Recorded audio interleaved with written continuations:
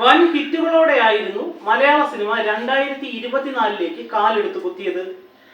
ഫെബ്രുവരി മാസത്തിൽ മാത്രം ഇറങ്ങിയ മലയാള സിനിമയുടെ ആഗോള കളക്ഷൻ 180 കോടിയിൽ അധികം വരും.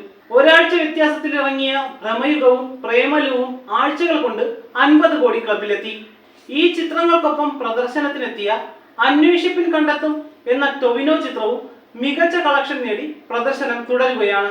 ഈ ആഴ്ച പുറത്തിറങ്ങിയ മഞ്ഞുമൽ ബോയ്സും ബ്ലോക്ക് ബസ്റ്ററിലേക്കുള്ള യാത്രയിലാണെന്നാണ് ബോക്സ് ഓഫീസ് റിപ്പോർട്ടുകൾ സൂചിപ്പിക്കുന്നത്. ഈ ചിത്രങ്ങളുടെ റിലീസ് ഡേറ്റുകൾ ഇത്ര അടുത്തായിരുന്നില്ലെങ്കിൽ 4 ചിത്രങ്ങളും വമ്പൻ ഹിറ്റുകളായി മാറുമായിരുന്നെന്നാണ് സിനിമാ പ്രേമികൾ പറയുന്നത്. മലയാള സിനിമ കുതിക്കുമ്പോൾ അതേസമയം തമിഴ് സിനിമ കിതയ്ക്കുകയാണ്. വമ്പൻ പ്രതീക്ഷകളോടെ എത്തിയ പല ചിത്രങ്ങളും തിയേറ്ററിൽ മൂക്കുകുത്തി വീണു. 2024 2-ാം മാസം കഴിയുമ്പോഴും മികച്ച ഒരു വിജയം പോലും കോളിവുഡിന് നൽകാനാകുന്നില്ല.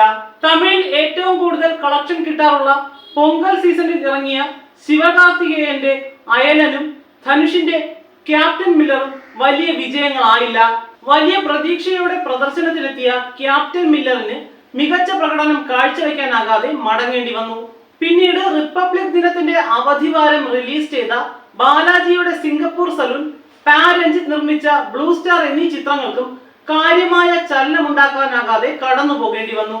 ഫെബ്രുവരിയിൽ റിലീസ് ചെയ്ത പ്രധാന ചിത്രം രജനീകാന്ത് അഭിനയിച്ച ലാൽ സലാം ആയിരുന്നു.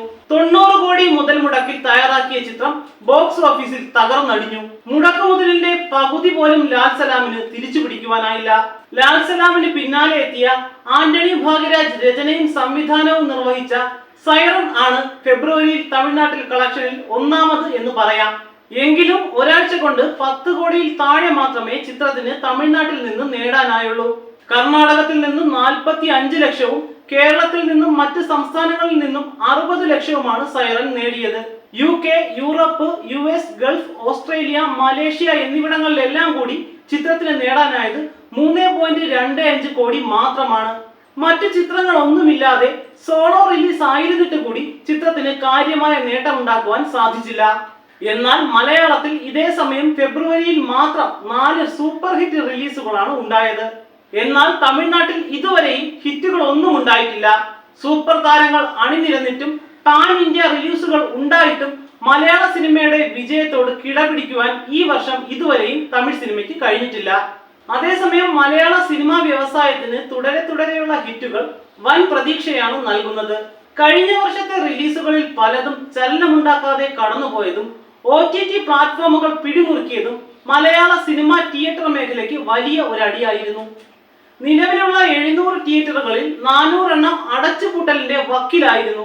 എന്നാൽ 4 സൂപ്പർ ഹിറ്റുകളും ചേർന്ന് തിയേറ്ററിൽ മാത്രം 180 കോടി രൂപയുടെ ബിസിനസ് കൊണ്ടുവരുമെന്നാണ് കരുതുന്നത്. ഇപ്പോഴും ഈ ചിത്രങ്ങളുടെ ബുക്കിങ്ങിനും ഇടിവ് സംഭവിച്ചിട്ടില്ല. ചെറിയ ബഡ്ജറ്റിൽ വ്യത്യസ്തമായ സമീപനങ്ങളിൽ ഒരുക്കിയ മലയാള ചിത്രങ്ങളുടെ വിജയം ഇന്ത്യൻ സിനിമയിൽ മുഴുവൻ വ്യാപിക്കാൻ പോകുന്ന ട്രെൻഡ് ആയി മാറുമെന്നും സൂചനയുണ്ട്.